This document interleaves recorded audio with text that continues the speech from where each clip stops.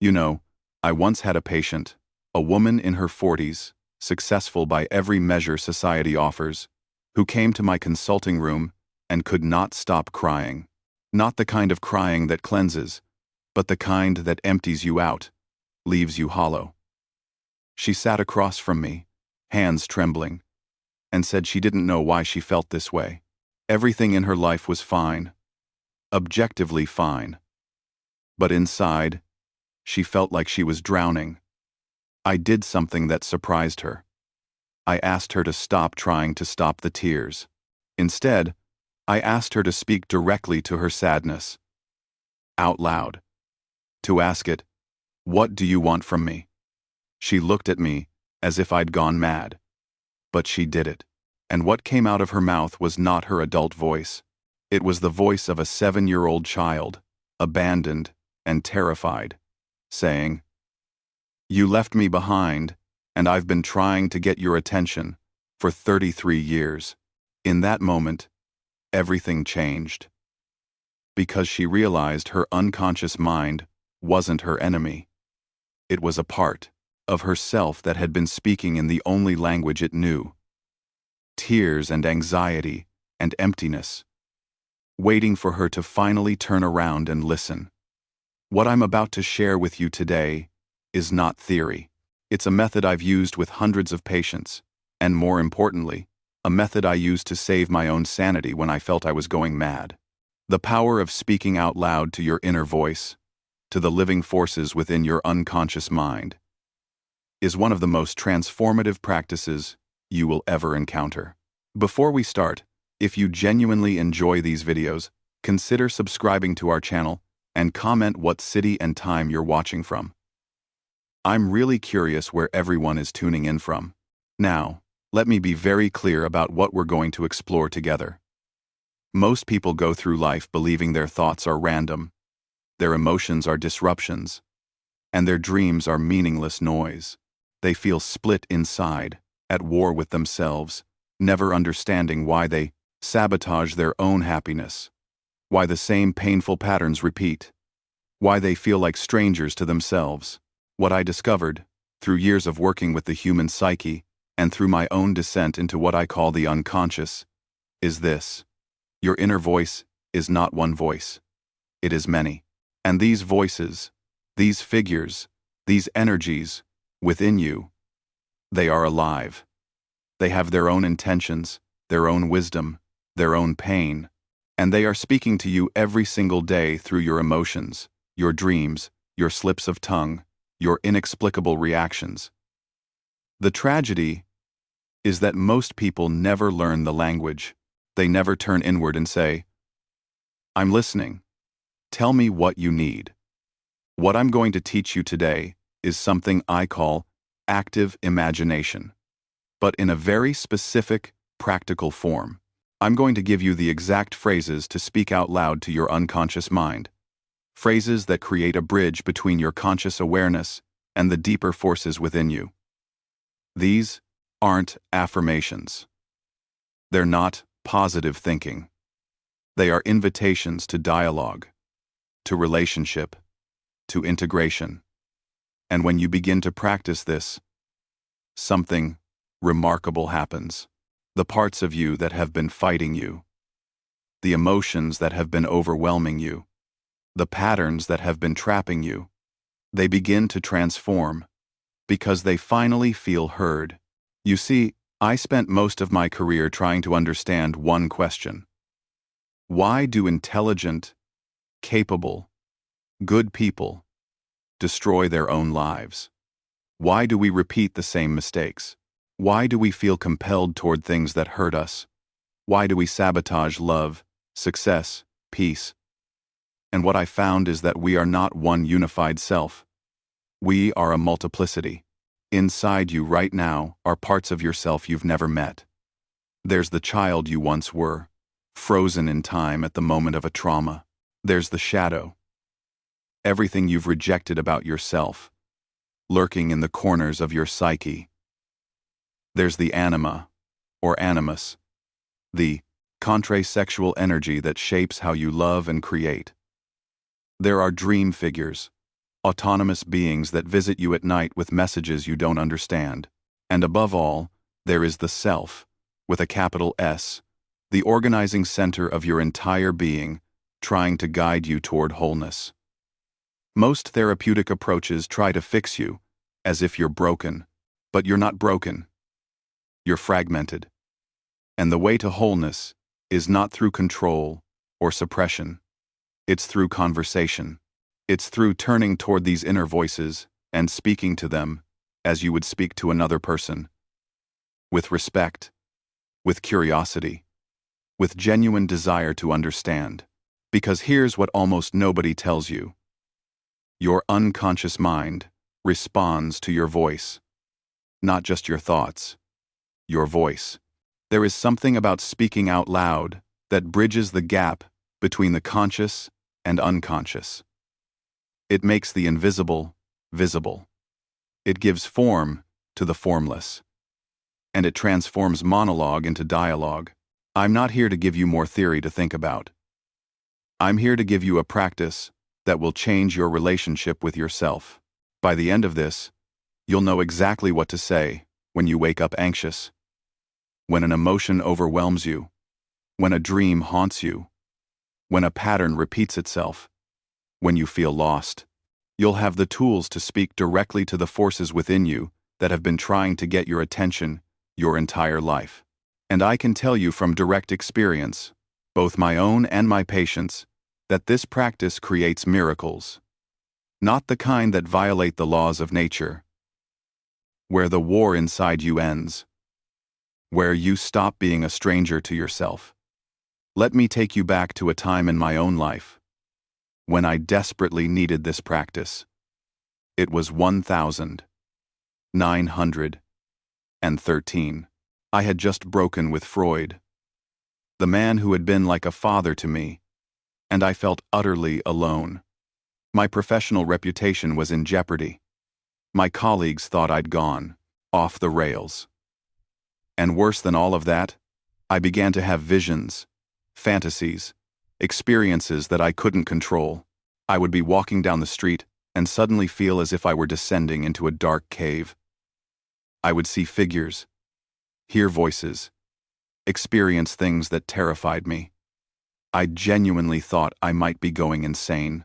I was a psychiatrist, a doctor of the mind, and my own mind seemed to be falling apart. But I made a decision that saved my life. Instead of running from these experiences, instead of trying to suppress them or explain them away, I decided to engage them. I would sit down in my study, take out my journal, and I would speak out loud to these figures. I would ask them who they are, what they want, why they've come to me, and they would answer, not in my voice, in their own voices. I met an old man. I called Philemon. I met a woman. I called Salome. I met figures from mythology, from my dreams, from the depths of the collective unconscious. And through these conversations, through this practice I would later call active imagination, I didn't go mad. I became whole. I discovered parts of myself I never knew existed.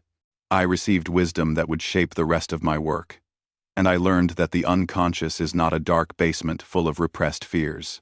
It's a living realm, populated by autonomous beings, and they want to help you, if you'll only learn to speak their language. I documented this entire period in what I called the Red Book. For years, I kept it private, unsure if the world was ready for it. But in those pages, written in my own hand, illustrated with images that came from the depths, is the record of my descent and return, my journey into the unconscious and back to the surface, transformed. And the method I used was simple. I spoke out loud. I gave voice to the voiceless parts of myself. I asked questions and listened to the answers. And that practice became the foundation for everything I would later teach about individuation, about becoming who you truly are. Now, I want to share with you a case that will illustrate why this matters so deeply. I had a patient, a man in his 50s, an executive, very powerful in his industry, very controlled in his demeanor. He came to me because of rage, uncontrollable rage that would erupt at the smallest provocation. He'd thrown things in his office. He'd said terrible things to his wife. He was terrified. He was becoming a monster. In our sessions, he would describe these episodes with shame, as if they were external to him, as if some demon possessed him. And in a way, he was right. But the demon wasn't external. It was a part of himself he'd been ignoring for decades. I asked him to describe the rage. Not what triggered it, but the rage itself. If it had a form, what would it look like? He closed his eyes, and after a long silence, he said it looked like a huge, muscular man, covered in dirt, chained underground, roaring to be let out. I asked him to speak to this figure, out loud, right there in my consulting room. He was embarrassed, but he did it. He said, "Why are you so angry?" And immediately, without thinking, he answered in a different voice, deeper, rougher. "Because you buried me. Because you pretend I don't exist. Rougher means for one starred be quad, on some them. Because you smile and nod and let people walk all over you, and I'm the one who has to carry all the strength you won't claim." The man opened his eyes and stared at me, shocked, because in that moment, he realized something profound. His rage wasn't the problem. His rage was the guardian of his boundaries, his power, his self-respect. But because he'd been taught to be nice, to be polite, to never make waves, he'd buried this part of himself.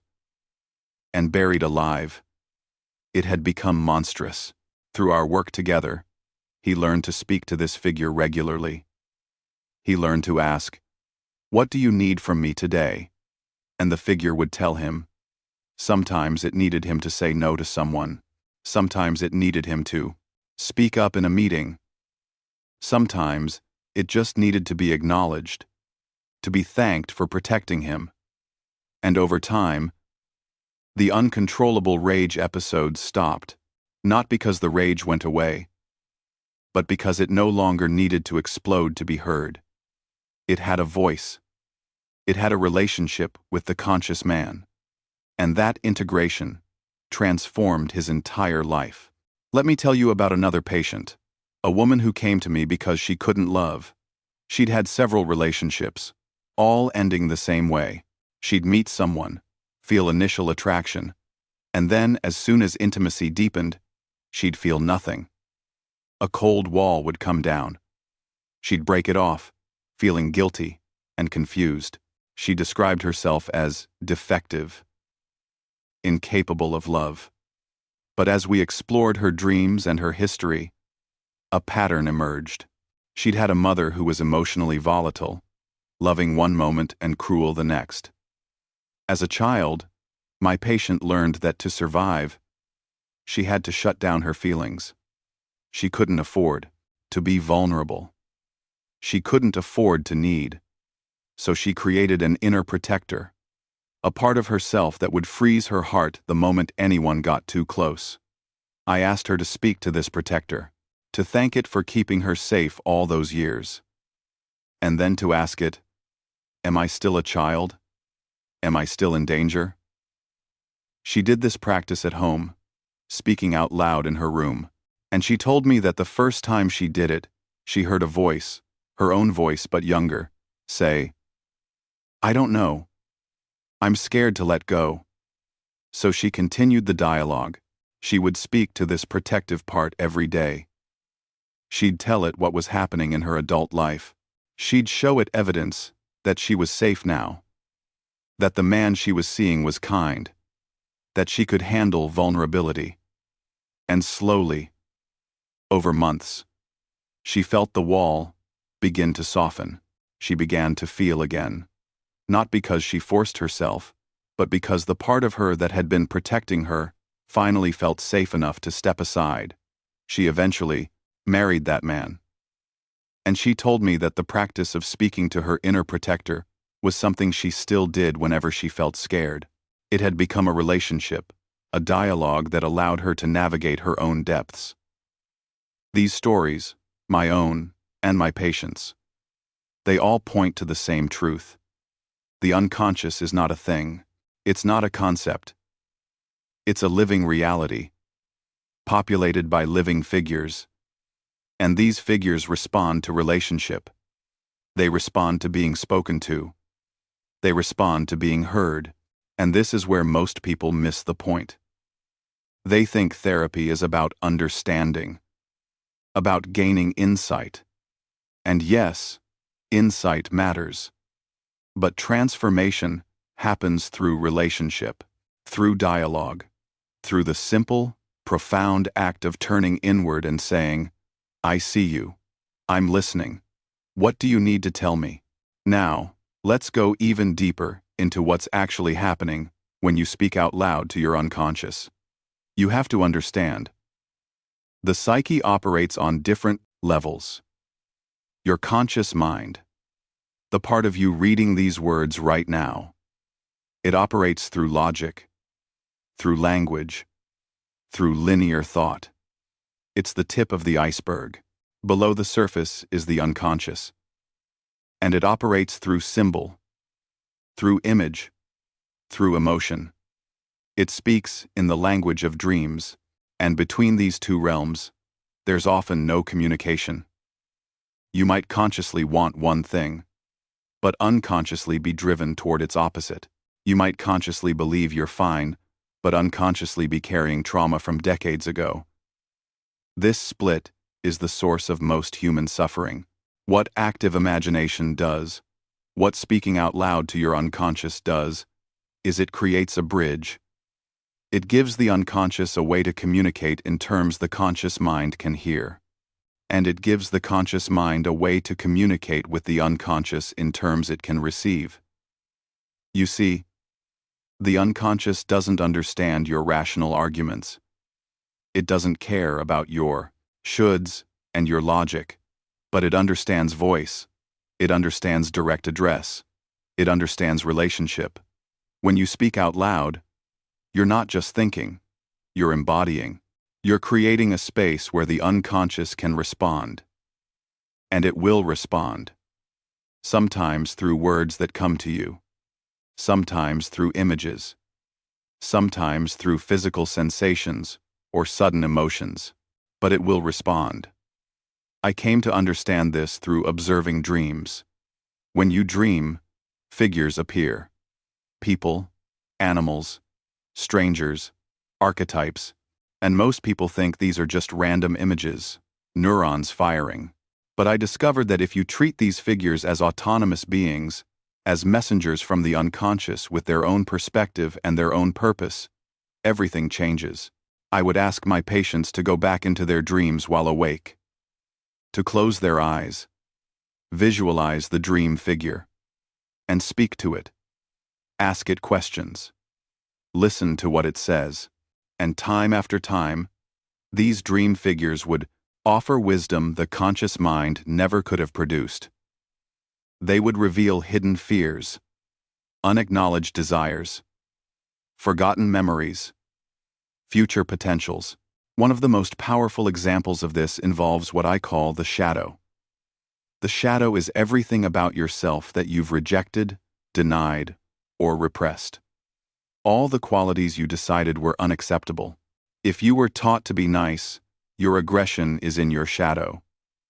If you were taught to be strong, your vulnerability is in your shadow. If you were taught to be selfless, your desires are in your shadow. And the shadow doesn't just disappear because you reject it. It goes underground. It becomes autonomous. And it starts running your life from behind the scenes. You'll project it onto other people, seeing in them what you can't see in yourself. You'll act it out in unconscious ways, doing the very things you swore you'd never do. You'll meet it in your dreams as the threatening figure, the criminal, the monster. Secret. The shadow is not your enemy. The shadow is the gatekeeper to your wholeness. Because everything you've rejected about yourself, you've also rejected the energy connected to it. You've rejected your power, your creativity, your authenticity.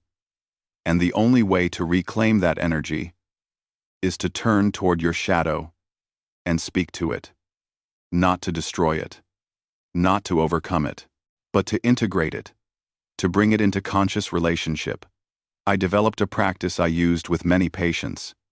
I'd ask them to identify a quality they despised in others, something that made them irrationally angry or disgusted. And then I'd ask them to consider the possibility that this quality lives in them as well, in some form. Most people resist this violently, but if they're willing to sit with it, if they're willing to close their eyes and speak to this rejected part, something miraculous happens. They might say out loud, "I see you. I've been afraid of you. Tell me who you really are." And the shadow responds. Not as a monster, but as an exiled part of themselves, often carrying gifts they desperately need. I had a patient, a woman who was obsessively critical of people she saw as selfish. She'd rant about them for entire sessions. So I asked her to consider her own relationship with selfishness. She insisted she had none. She was the opposite, always putting others first. But I asked her to speak to her inner selfish one anyway, just as an experiment.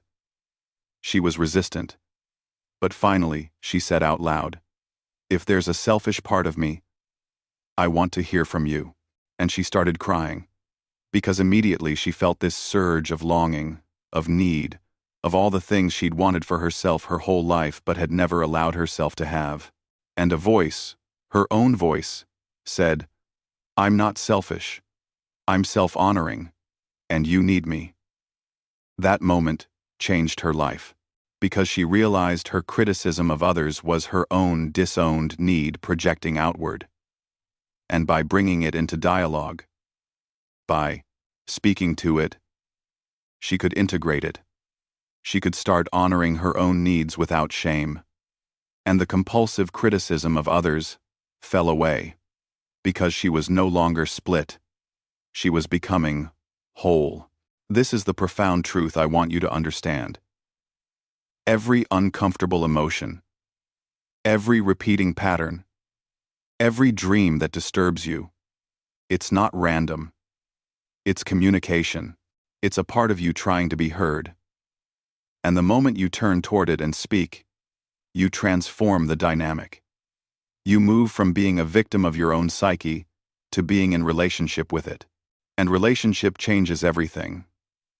Let me talk about another crucial aspect of this work, what I call the anima and animus.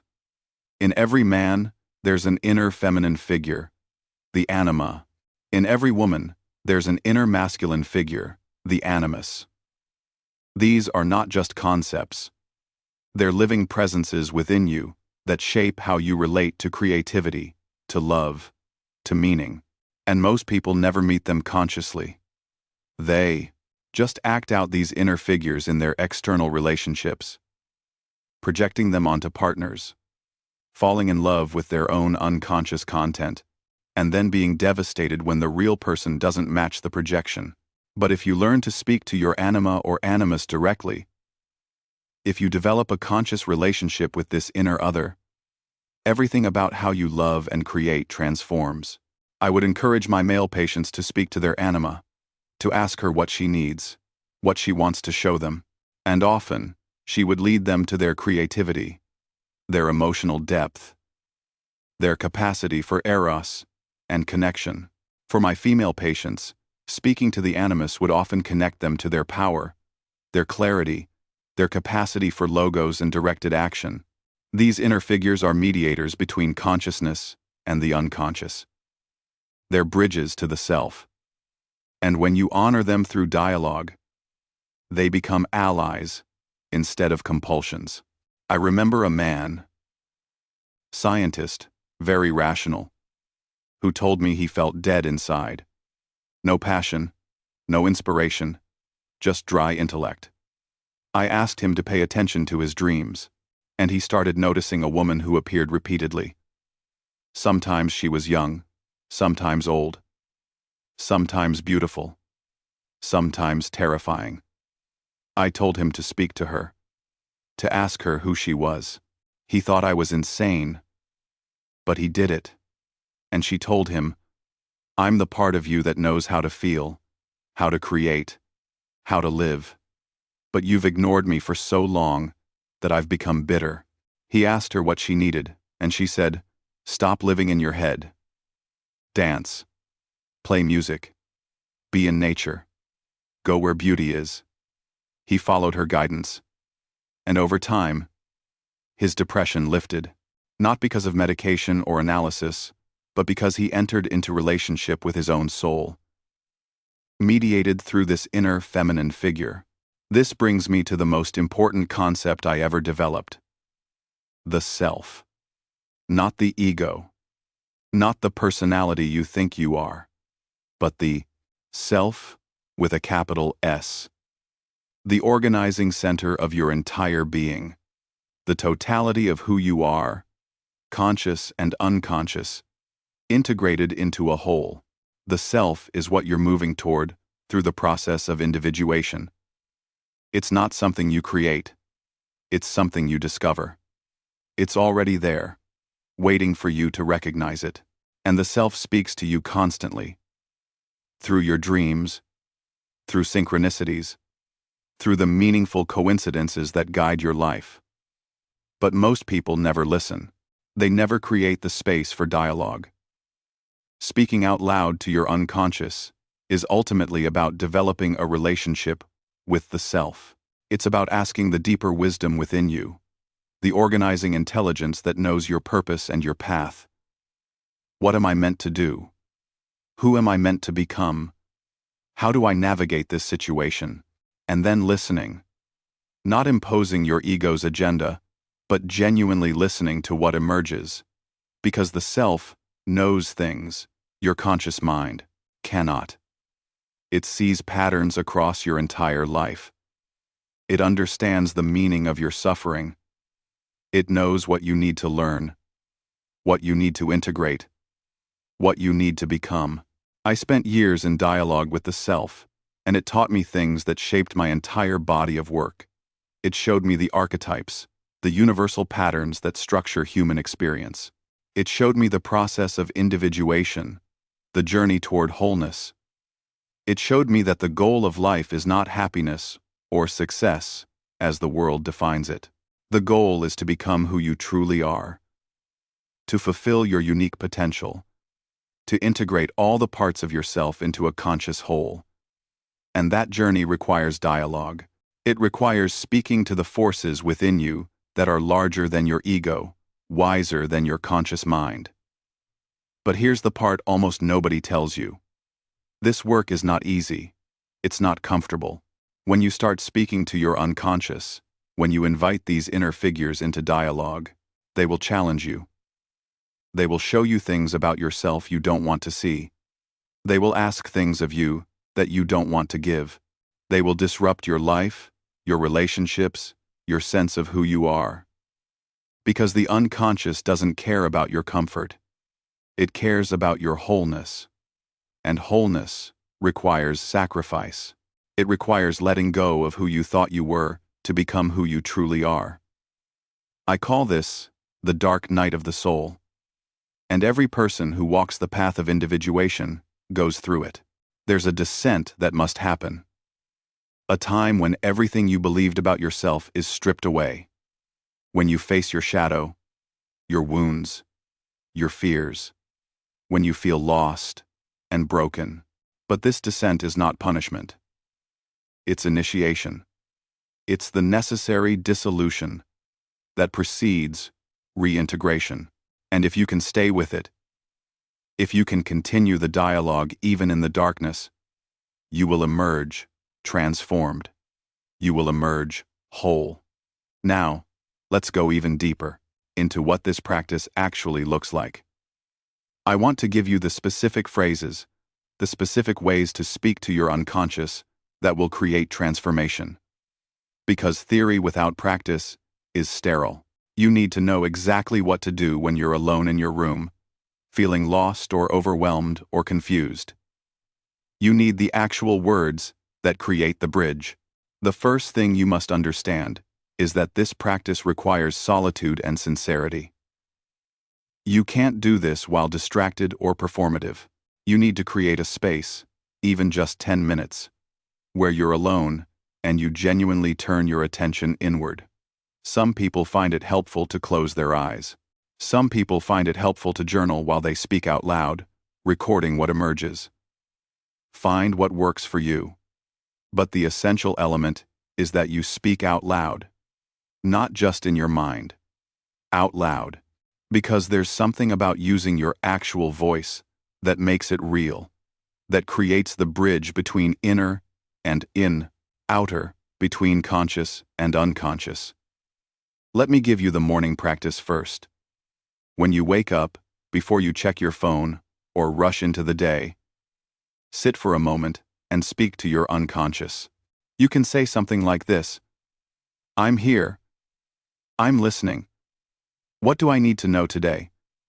Or, what wants to emerge through me today? And then you wait. You pay attention to what arises. It might be a word, an image, a feeling, a memory. Don't judge it. Don't analyze it. Just receive it. And you can respond. You can say, thank you. I hear you. I'll pay attention to this. This simple practice, done daily, begins to open a channel of communication. It tells your unconscious that you're available, that you're willing to listen, and over time, the messages become clearer. Now, when an emotion overwhelms you, this is one of the most powerful times to practice. Most people, when they feel anxious, or sad, or angry, they try to make it stop. They distract themselves. They rationalize. They numb. But I'm asking you to do the opposite. When you feel a strong emotion, turn toward it. Speak to it. You can say, I feel you. You're trying to tell me something. What do you need me to know? Or even more directly, what are you protecting me from? Because every emotion, even the uncomfortable ones, has a purpose. Anxiety is trying to protect you from perceived danger. Sadness is trying to help you let go of what's been lost. Anger is trying to protect your boundaries. When you speak to the emotion as if it's a messenger, it often reveals what's underneath, and once you hear the message, the emotion can soften. I had a patient who suffered from panic attacks. Sudden, overwhelming terror for no apparent reason. I taught her this practice. The next time she felt panic rising, instead of fighting it, she said out loud, Panic. I know you're trying to help me. What are you afraid of? And immediately she heard, I'm afraid you're going to abandon yourself like you did before. The panic was connected to a time in her childhood when she'd learned to ignore her own needs to keep the peace. And now, whenever she was in a situation where she might do that again, the panic would arise to stop her. Once she understood this, she could speak to the panic differently. She could say, Thank you for protecting me. I see the danger. I won't abandon myself. And the panic attacks became less frequent and less intense because the message was being heard. For working with the shadow, the practice is more confrontational. You need to identify something about yourself you don't like, something you're ashamed of or afraid of. And instead of running from it, you speak to it. You might say, I see you, shadow. I've been afraid of you. But I'm willing to meet you now. What do you have to show me? This takes tremendous courage, because the shadow will show you things your ego doesn't want to admit, but it will also show you your power, your vitality, your authenticity. One phrase I often recommend is, what gift are you guarding? Because the shadow always guards something valuable. The part of you that's selfish guards your self-worth. The part of you that's angry guards your power. The part of you that's weak guards your vulnerability and your capacity for connection. When you ask the shadow what gift it's guarding, it stops being a monster and becomes a guide. For working with dreams, the practice is to re-enter the dream while awake. Close your eyes, visualize a figure or a scene from your dream, and speak to it. You can ask, "Who are you? What are you trying to show me? Why did you come to me?" And then you listen. You let the figure respond. Sometimes the response comes as words in your mind. Sometimes as images that continue the dream. Sometimes as a felt sense or a knowing. Trust what emerges. I've had patients who've had decades-old nightmares resolve through this practice. They'd go back into the nightmare, speak to the terrifying figure. A threat. It was a part of themselves that had been trying to get their attention, trying to bring something important to consciousness. For dealing with repeating patterns, the practice is to speak to the pattern itself. If you keep attracting the same kind of relationship that hurts you, if you keep sabotaging yourself right before success, if you keep ending up in the same conflict, there's an unconscious force at work, and you can speak to it. You can say, "Pattern, I see you." You keep repeating, "What are you trying to teach me? What am I not seeing?" Often, the pattern is trying to bring you back to an unresolved wound or an unintegrated part of yourself. When you dialogue with it, when you ask it what it needs, it can finally complete its purpose and release you. In the evening, before sleep, there's another powerful practice. You speak to your unconscious, and you ask it to send you a dream, to show you what you need to see. You can say, "I'm ready to listen. Show me what I need to understand." And then you keep a journal by your bed and record whatever dreams come. Not every dream will be profound, but over time, patterns will emerge. Figures will recur, and those are the ones to dialogue with. Those are the ones carrying important messages. But there's one phrase that's more powerful than all the others. One phrase that I consider the ultimate act of active imagination. And that phrase is this: "Self, what do you want from me?" Or, "Self, guide me. Show me the way."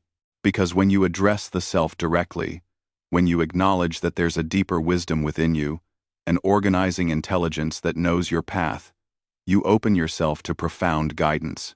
The self will respond. Not always in the way you expect, not always in the way that's comfortable, but it will respond.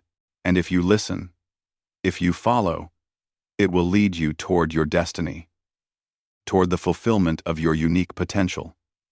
I used this phrase during the darkest period of my life. When I felt lost and broken, when I didn't know if I was going mad or going sane, I would ask the self to guide me. And it did, through Philemon, through the figures in my visions, through the images that came to me. The self showed me the way forward. It showed me that my breakdown was actually a breakthrough, that I wasn't losing my mind. I was discovering depths of mind I never knew existed. And that discovery became the foundation for everything I would teach. Let me be very specific about how to structure a complete active imagination session, because this is the practice that will integrate everything I've taught you. Set aside 30 minutes where you won't be disturbed. Sit comfortably, close your eyes, and take a few deep breaths. Then, speak out loud. You might start by saying, "I'm here to listen. I'm ready to meet whatever wants to come forward." Then you wait. Pay attention to what arises. It might be an emotion. It might be an image. It might be a memory or a physical sensation. Whatever comes, greet it, speak to it, ask it who it is and what it wants. And then, this is crucial, you let it respond. You don't force the response. You don't make it up. You genuinely listen, and you let words or images or feelings come that are not from your conscious mind. This will feel strange at first. You'll doubt whether you're making it up. But stay with it, friend. Because even if you think you're making it up, the unconscious works through your imagination. What emerges has meaning, even if it feels invented. Dialogue with whatever comes. Ask questions. Listen to answers. Let the conversation unfold. And when it feels complete, when there's a natural stopping point, you thank whatever you've been speaking with. You say, "Thank you for showing me this. I'll carry this with me." And then you journal about what happened.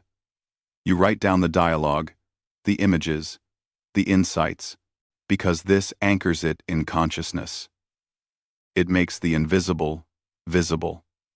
Over time, you'll develop relationships with specific inner figures. You might have a wise old man or woman who offers guidance. You might have a child part that needs comfort. You might have a critical voice that needs to be heard and then integrated.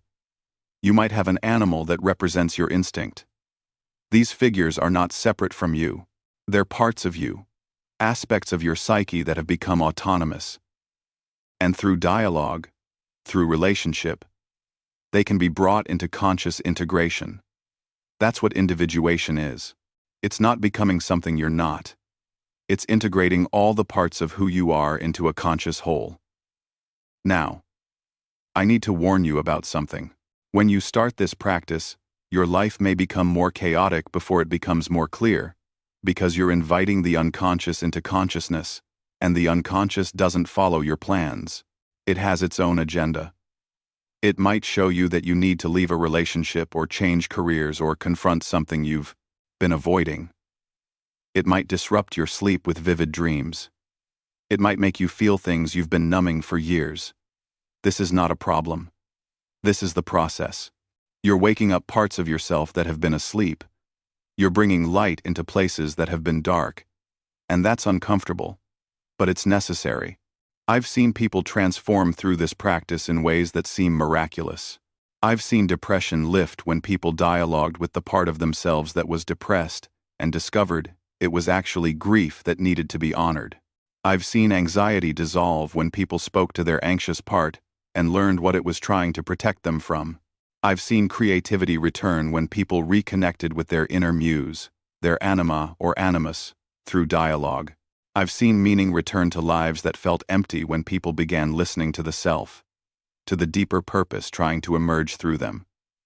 But I've also seen people resist this work, because it requires something most people aren't willing to give: sovereignty over your own soul.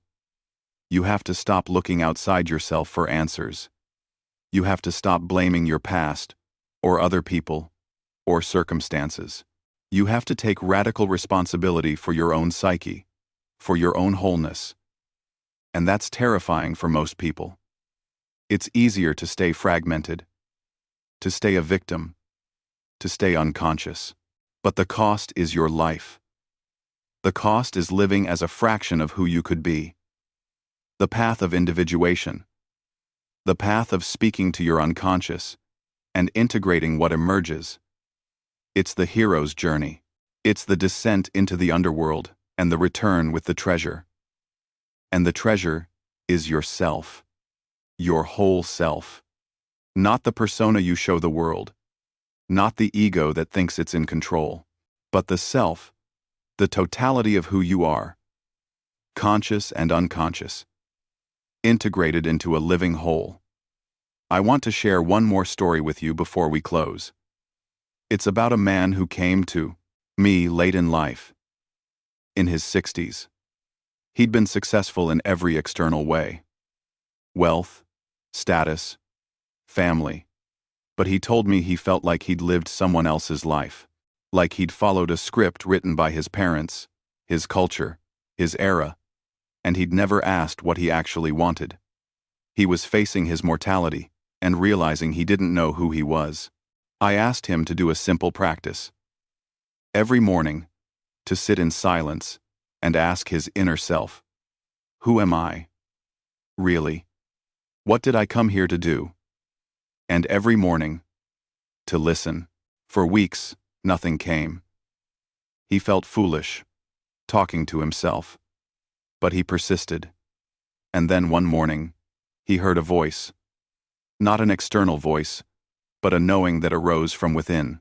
And it said, "You came here to create beauty." He didn't know what to do with that, but he started following it. He started painting. Something he'd loved as a young man, but abandoned as impractical. He started writing poetry. He started designing a garden. And he told me, in our final session, that for the first time in his life, he felt like himself, like he was finally living his own life. That's what this practice offers you. Not a better version of the life you're living, but your actual life. The one your soul came here to live. The one that's been waiting for you to turn inward and ask, "What do you want from me?"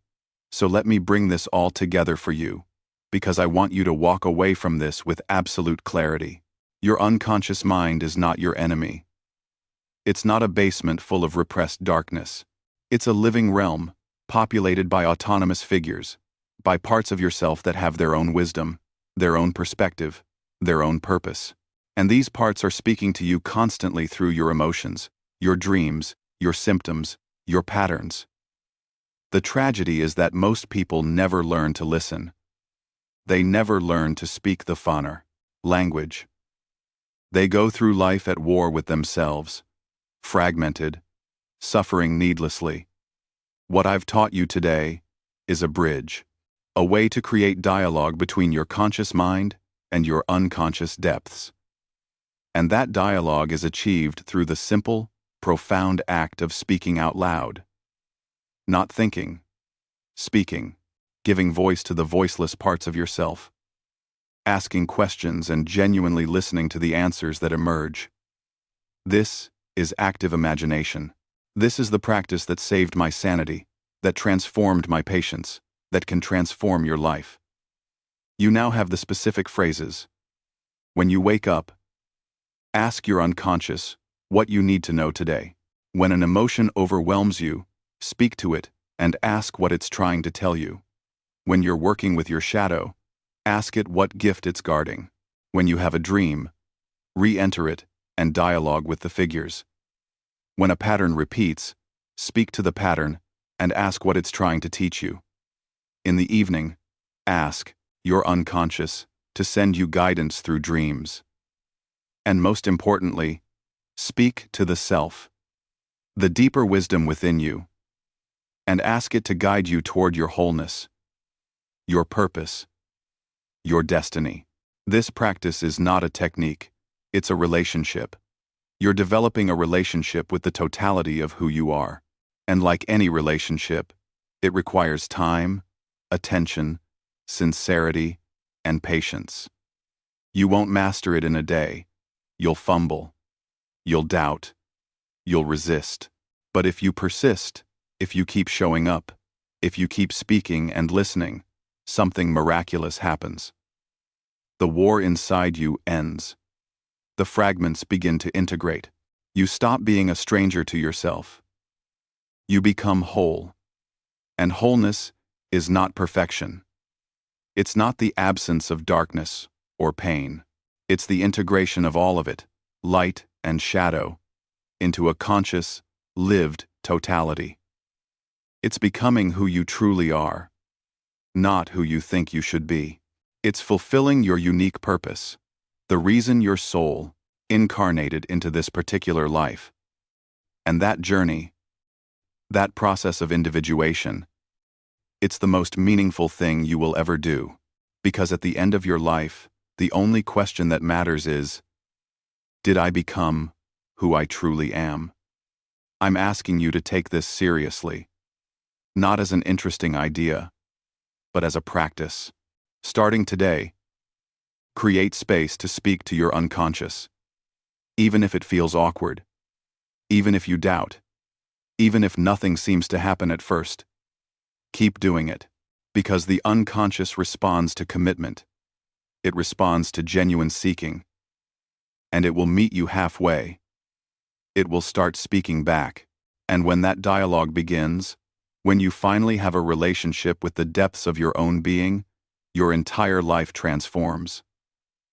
Not because your external circumstances change, though they often do, but because you change. You become whole. You become yourself. This is the work I dedicated my life to. Understanding the human psyche, mapping the journey from fragmentation to wholeness, and giving people the tools to walk that path themselves. And of all the tools I developed, active imagination, speaking directly to your unconscious, is the most powerful. It's the key that unlocks the door between conscious and unconscious.